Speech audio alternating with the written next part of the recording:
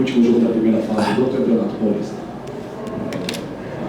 Rogério, boa noite, parabéns pela vitória, uma vitória importante, que coloca o São Paulo na primeira colocação do grupo. Queria falar com você, dá pra gente falar em meritocracia? Seria muito injusto o São Paulo não sair aqui de Ribeirão Preto com a vitória, sendo que o São Paulo propôs o jogo desde o terceiro minuto, mesmo tomando o primeiro gol.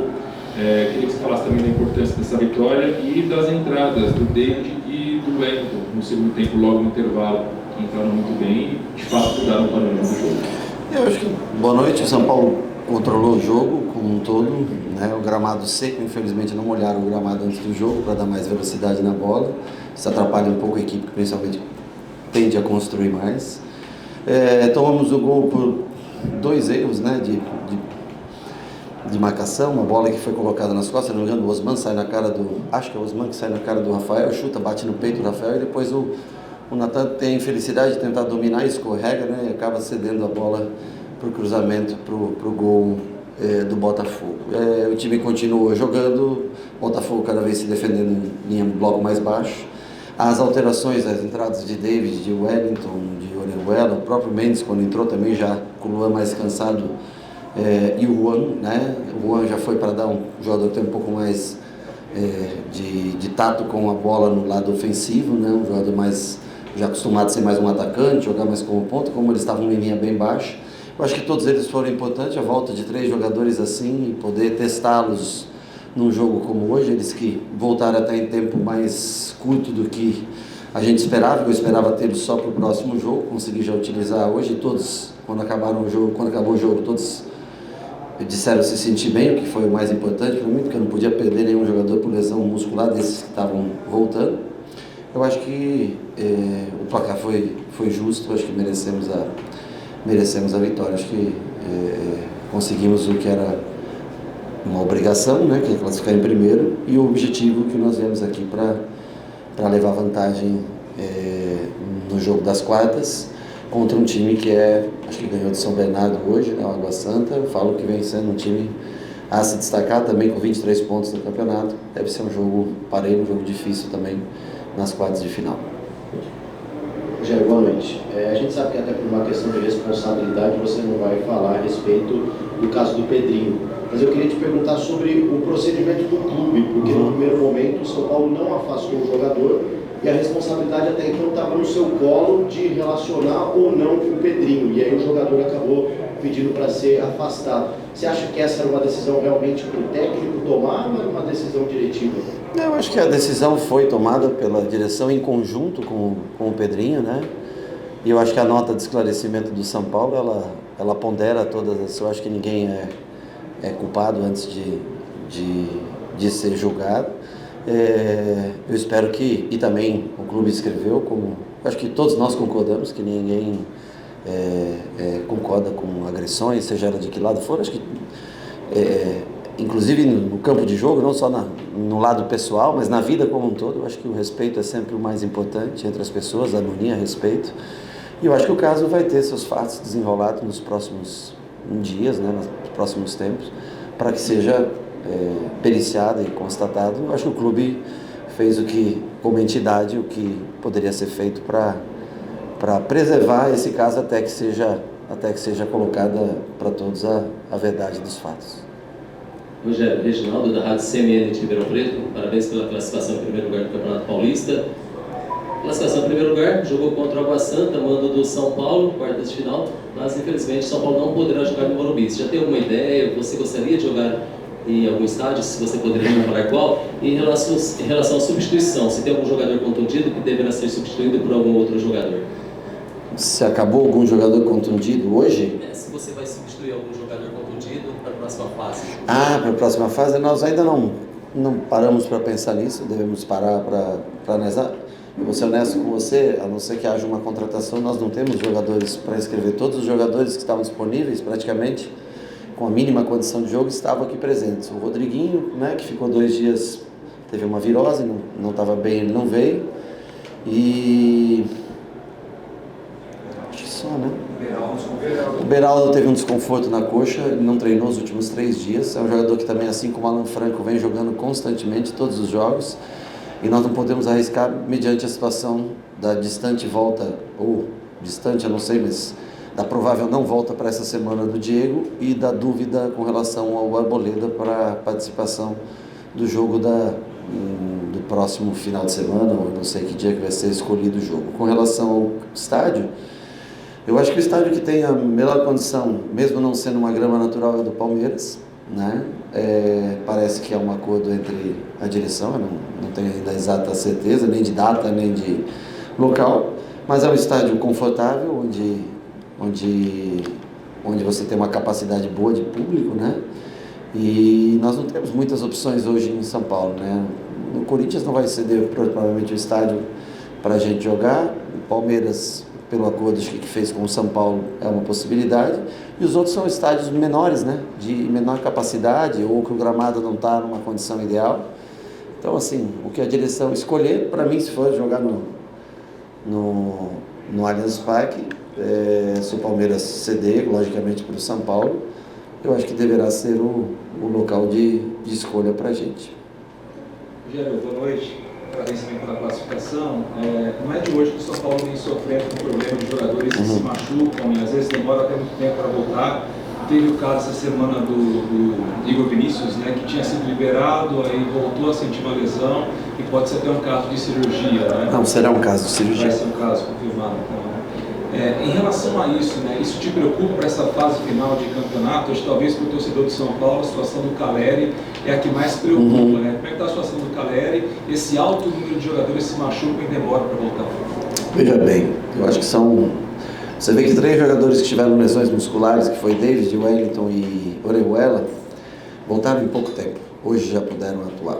O Erisson começa a transição, já começou a transição, mas acho que intensifica a transição já nessa segunda-feira. Eu acho que o caso do Erisson é mais ou menos parecido com os meninos que voltaram hoje. Eu não sei se ele tem condição de começar um jogo, mas eu acho que ele vai ter condições de estar presente no banco de reservas. Os outros casos todos são casos de lesões de ligamentar, lesão de menisco, lesão óssea ou lesão que não estão... São 4 as lesões musculares e o resto... O Igor vem desde o ano passado, eu sei que há logicamente, para nós também, a gente contava muito com o Igor nessa fase final, mas ele tentou de todas as maneiras se recuperar, assim como o Diego, né, tentou de todas as maneiras se recuperar e depois houve cirurgia. Eu acho que é natural que as pessoas sintam-se desconfortáveis ou cobrem o clube, mas eu acho que sempre tem a palavra do atleta, né? Se há a possibilidade de tentar o lado, porque quem manda no corpo é o próprio jogador. Então, se há uma possibilidade de recuperação sem a parte cirúrgica, se você tem uma chance de se recuperar sem entrar numa cirurgia, você vai tentar. Então, o atleta também é dessa maneira, né? O atleta tem que estar em concordância, a não ser que seja uma coisa, claro, uma fratura. Uma fratura você vai ter que operar, não tem jeito, senão não vai voltar, não vai consolidar. Mas quando há a possibilidade de uma recuperação através do tratamento, eu acho que também é de direito do jogador escolher, assim como o Caleri escolheu, assim como o Igor escolheu, como o Diego escolheu. Claro que tem que ter uma conversa sempre com o departamento médico e infelizmente é um número grande de jogadores com lesões que não são lesões musculares, o que faz com que esses jogadores que estão voltando hoje tenham lesão musculares pelo fato de jogar jogos consecutivos. Quando você tem 10, 11 fora, pesa bastante pra gente, porque nós temos um elenco que estava total aqui hoje, com muitos jogadores que não tem nem minuto no profissional. O caso do Pedrinho, o Natan que chegou esses dias, o Belém que tem 45 minutos no profissional, tem vários outros jogadores que têm muito poucos minutos, muito pouca experiência. E na hora de um jogo decisivo, isso tem um peso muito grande, né? Então nós vamos ter que tentar trazer mais o Erisson, quem sabe o Arboleda. Eu acho que esses dois têm boa chance de se recuperar para estar presente com a gente, seja como titular ou no banco de reserva no jogo de domingo, que já ajuda bastante. O Beraldo, eu acho que já evolui também para esse jogo de domingo poder estar presente com a gente. Ou seja, devagarinho a gente vai fortalecendo o elenco e tentar vencer nas quartas para ganhar mais uma semana daí para ter esses jogadores em melhores condições físicas, porque não basta ter o jogador, tem que treiná-lo, ele está em condições de jogar o máximo de minutos possíveis, porque senão ter o jogador, hoje por exemplo, eles não tinham condições de jogar mais do que Você vê que no finalzinho já David e o Wellington já cansaram um pouco, porque eles estão há muito tempo, então 2 jogos fora, 2 semanas fora, isso pede um pouco da parte física, né? Esse é o problema, nós vamos tentar fazer com que esses jogadores cheguem num nível físico bom para enfrentar o Água Santa na próxima data a ser escolhida pela federação. Rogério, boa noite. Boa noite. Boa noite, agora sim, Leandro Ravelo, equipe W Sports, parabéns pela vitória. O Rodrigo Nestor renovou seu contrato com o São Paulo até 2027. E o São Paulo é um time que revela muitos jogadores, mas vem tendo alguma dificuldade no relacionamento desses jogadores com a torcida. Como, de alguma forma, blindar esses jovens talentos para que não ocorra como o Casemiro, o próprio Kaká, em algum momento, saiu com uma posição no São Paulo. E, por último, se você me permite, o Abel Ferreira esteve aqui com o Palmeiras e disse que teve a dificuldade de um jogo de Libertadores. Qual foi a dificuldade que o Botafogo te causou hoje? Bom, essa situação do Nestor, alguns já colocam como se assemelha a Igor Gomes, a Sara, que muitas vezes pegaram no pé e hoje está na Premier League. Então, assim, primeiro eu fico contente pelo clube, porque é um jogador que tem talento, precisa melhorar em alguns aspectos, é verdade, e a gente espera que ele consiga, mas é bom para o clube ter o jogador por mais tempo, por uma eventual até venda futura, ter garantia, né, ter espaço para tempo para vender o jogador com calma e fazer o que é de direito, que é um clube formador, um clube que tem em Cotia num custo altíssimo por ano e precisa revelar jogadores para sobreviver. Acho que foi o que manteve o São Paulo vivo até hoje, foi Cotia. Se não fosse Cotia, hoje, se você analisar os milhões de jogadores que foram vendidos em Cotia, vindos de Cotia, sem isso acho que o São Paulo não teria, nem com as dificuldades todas que se encontra, não estaria hoje aqui. Segunda parte, Kaká também foi vaiado, acontece, eu fui vaiado também, faz parte do futebol. Isso ele tem que ter, eu acho que o atleta tem que ter um autocontrole, tem que ter uma força psicológica grande para enfrentar os momentos difíceis. E isso só vai, acho que diminuir ou acabar com títulos. E nós sabemos que não é fácil ganhar título, nem paulista, porque talvez dos 6, 8 principais clubes do país, 3 ou 4 estejam jogando aqui em São Paulo o Campeonato Paulista. Então, nós vamos ter, logicamente, sempre dificuldades. Então, outra pergunta, você emendou uma?